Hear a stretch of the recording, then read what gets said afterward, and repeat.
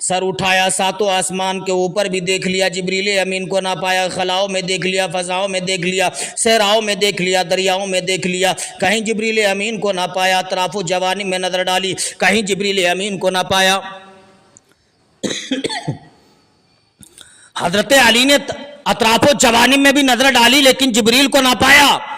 حضرت علی فرماتے ہیں سوال کرنے والے سنو، میں نے ساتوں آسمان کے اوپر دیکھ لیا، جبریل کو نہ پایا، تاتو سرا تک دیکھ لیا، جبریل کو نہ پایا، میں نے فضاؤں میں دیکھا، جبریل کو نہ پایا، خلاؤں میں دیکھا، میں نے جبریل کو نہ پایا، میں نے صحراؤں میں دیکھا، جبریل کو نہ پایا، دریاؤں میں دیکھ لیا، جبریل کو نہ پایا، اطراف و جوانب میں نظر ڈالی، جبریل کو نہ پایا، میں نے ہر طرف دیکھ لیا لیکن کہیں مجھے جبریل دکھائی نہیں دے رہے ہیں۔ اے سوال کرنے والوں سن لو، جو مجھ سے سوال کر رہا ہے تو ہی جبریل امین ہے۔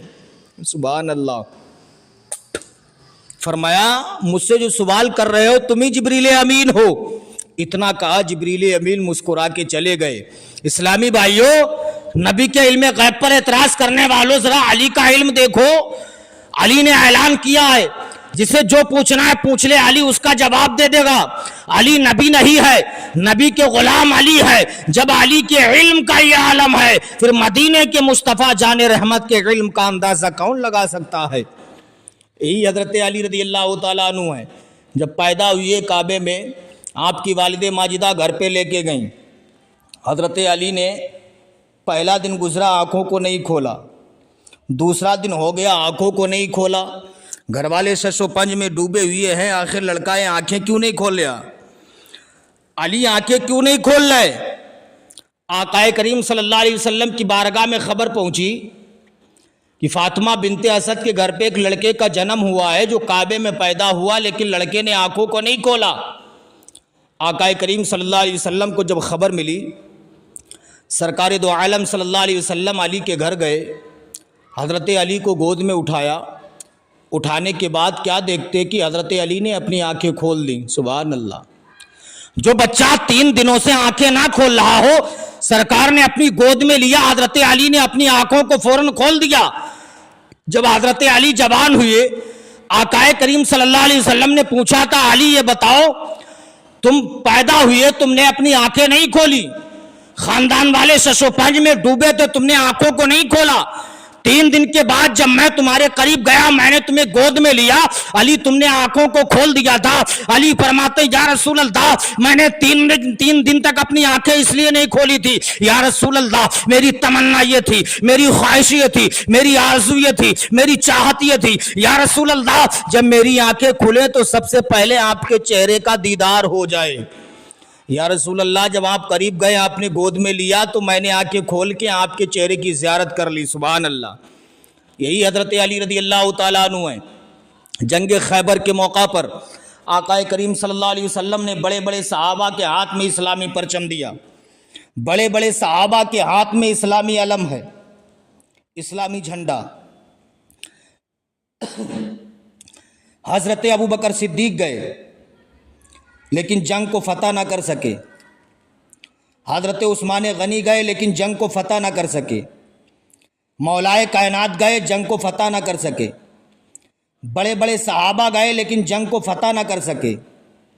آقا کریم صلی اللہ علیہ وسلم نے 24 گھنٹہ پہلے فرمایا میرے صحابہ سنو، کل میں اس شخص کے ہاتھ میں اسلامی جھنڈا دوں گا جس کے ہاتھوں سے اللہ تعالی فتح عطا فرمائے گا، نظر آتی ہے گلشن میں، جس کے ہاتھوں میں اللہ تعالی فتح عطا فرمائے گا۔ صحابہ خوش ہیں، ہو سکتا فتح خیبر کا لقب ہمیں مل جائے، کوئی سوچ رہا ہو سکتا فتح خیبر کا لقب ہمیں مل جائے۔ صبح نمودار ہوئی، آقا کریم صلی اللہ علیہ وسلم نے ارشاد فرمایا اینا علی ابن ابی طالب، کہ حضرت علی ابن ابی طالب کہاں ہیں؟ صحابہ کہتے ہیں یا رسول اللہ ان کی آنکھیں دکھ رہی ہیں، ان کی آنکھوں میں تکلیف ہے، یا رسول اللہ وہ چشم آشوب میں مبتلا ہے۔ آقا کریم صلی اللہ علیہ وسلم نے ارشاد فرمایا صحابہ علی کو بلاؤ۔ صحابہ گئے، علی کائنات کو آواز دی، حضرت علی آئے۔ آنے کے بعد سرکار فرماتے علی آج یہ جنگ اللہ تعالیٰ تمہارے ہاتھوں سے فتح فرمائے گا۔ حضرت علی کہتے ہیں یا رسول اللہ میری آنکھیں دکھ رہی ہیں، میری آنکھوں میں تکلیف ہے، یا رسول اللہ میں چشم آشوب میں مبتلا ہوں۔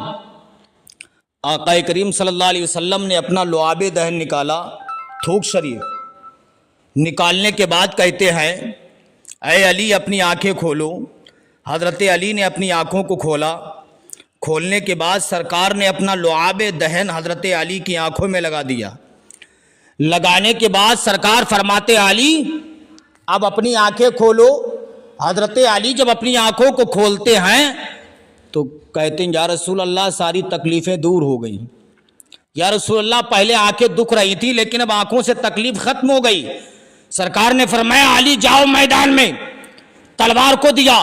حضرت علی جاتے ہیں، خیبر کے دروازے کو اکھاڑتے ہیں، قلعے کموس کے دروازے کو اکھاڑ کے پھینک دیتے ہیں۔ اسلامی بھائیو وہ دروازہ اتنا وزنی دروازہ تھا کہ بعد میں 40 صحابہ اٹھا رہے تھے، 40 صحابہ اسے اٹھا نہ پائے تھے، تنہا علی کائنات نے دروازے کو اکھاڑ کے پھینک دیا تھا۔ اللہ اکبر کبیرہ۔ علی کائنات میدان میں جاتے ہیں، میدان میں گئے، برہم نامی شخص آپ کے مقابلے میں آتا ہے، آپ پہ وار کرنا شروع کر دیتا ہے۔ حضرت علی نے اس کے وار کو ڈھال پہ روکا، کئی وار اس نے کی، آپ نے واروں کو ناکام کر دیا۔ آپ فرماتے ہیں اے مرحبا میرے ایک وار کا انتظار کر لے، میں بھی ایک وار کر لوں۔ مرحبا نے کہا ٹھیک ہے۔ علی کائنات نے تلوار کو نیام سے نکالا، نکالنے کے بعد تلوار کو ہوا میں لہراتے ہیں، تلوار کو مرحب کے اوپر مارتے ہیں، مرحب کی ڈھال پہ تلوار پڑتی ہے، ڈھال 20 سے ٹکڑے ٹکڑے ہو جاتی ہے، مرحب کے سر پہ لگتی ہے، مرحب کا جسم آدھا آدھا ہو جاتا ہے، تلوار زمین میں جا کے دھس جاتی ہے۔ زمین کہتی ہے یا اللہ مجھے تلوار کی، علی کی تلوار کی مار سے بچا لے۔ حضرت علی جب تلوار چلا رہے میدان میں، آواز آتی ہے شاہ مرداں شیر یزداں قوت پروردگار، شاہ مرداں شیر یزداں قوت پروردگار، لا فتح الا علی لا سیف الا ذوالفقار۔